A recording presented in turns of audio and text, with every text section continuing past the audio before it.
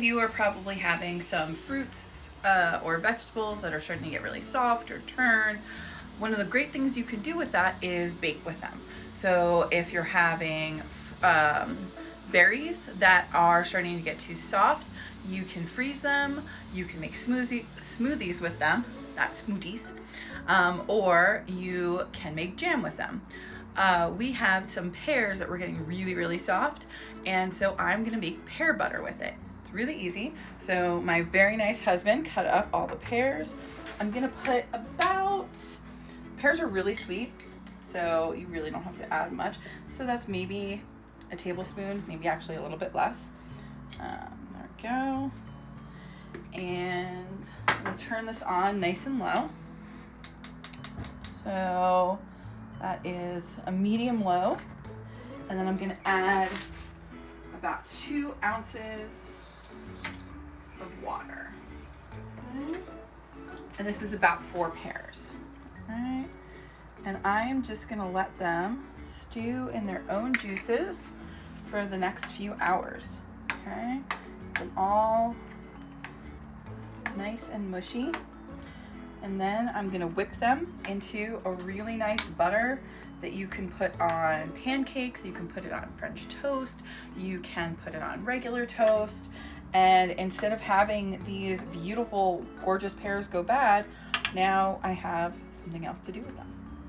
All right, we'll show you the next step later. Take care, guys.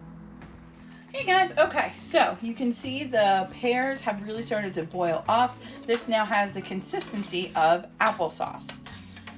All right, so what we're gonna do in a quick second is I'm gonna get out my immersion blender. If you do not have one of these, a masher works really well, or you could just pop it into a regular blender. Just make sure you vent it, otherwise it will go all the way through and hit your ceiling. I may or may not have done that with hot chocolate at a Christmas party before. And you can see this is oh so soft. And this is the time if you want to add in any other seasonings. My husband really likes cinnamon, so I'm going to put a little bit of that in, maybe a little bit of nutmeg. So this way you flavor it while it's still in this boiling state. You do not want to flavor it in the butter state. You want to flavor it in the sauce state. Okay, so check back with you guys later and we'll be in the butter state.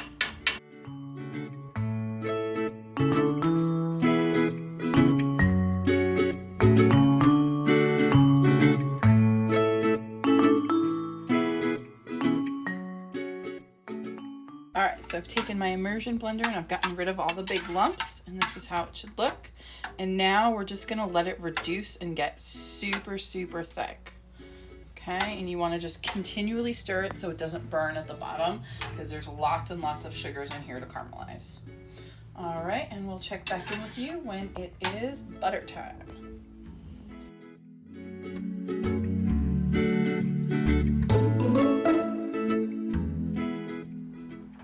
All right, everybody, so if you can get a good look at this, it's been off the heat while mixing, which is very important.